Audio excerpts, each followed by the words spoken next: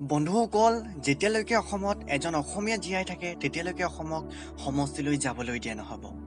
এই ধ্বনিৰে কলিকতা মহানগৰীক কঁপাই তোলা শৰাইঘাটৰ সেনানায়কজনেই হ'ল লোকপ্ৰিয় গোপীনাথ বৰদলৈ। 1942 চনৰ গণবিপ্লৱৰ ফলত দেশজুৰি যি বিপ্লৱৰ অগ্নি জ্বলি উঠিছিল, সেই সময়ত বিভিন্ন সমস্যাই অসমীয়া প্ৰজাক বিব্ৰত কৰি তুলিছিল।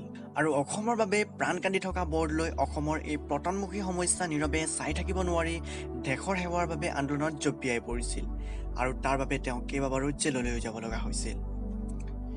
1946 চনত ব্ৰিটিছ মন্ত্ৰীৰে গঠিত এটা মিছনে ভাৰতক ভাগ ভাগ কৰি সমষ্টিত গঠন কৰিছিল আৰু এই সমষ্টিত অসম মুছলিম লীগৰ অধীনত পৰিছিল।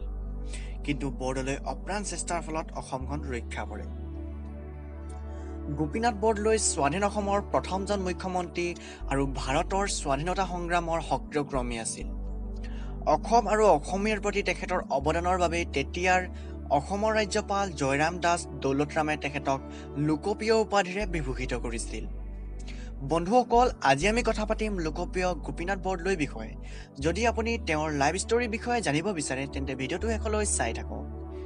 গোপীনাথ বৰদলৈ জন্ম হৈছিল 1990 চনৰ 10 জুনত নগাঁও জিলাৰ ৰহাত।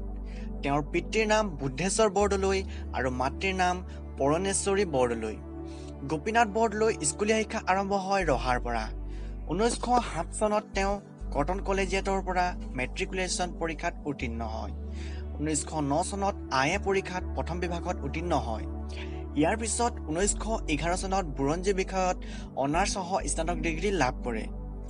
তেওঁৰ কৰ্মজীৱন আৰম্ভ হয় সোণাৰুম হাইস্কুলৰ প্ৰধান শিক্ষকৰ পদটিৰ পৰা। ইয়াৰ পিছত তেওঁ শিক্ষক পদ এৰি ওকালতি আৰম্ভ কৰে।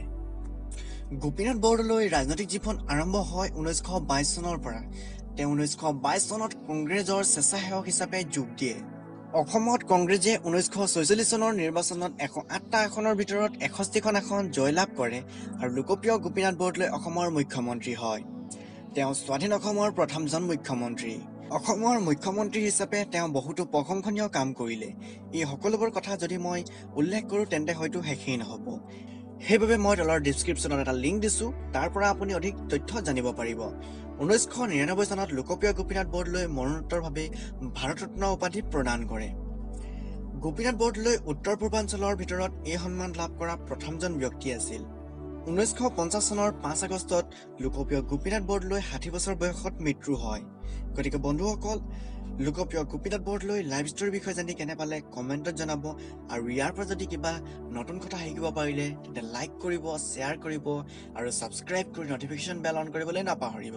ধন্যবাদ। জয় আই অসম।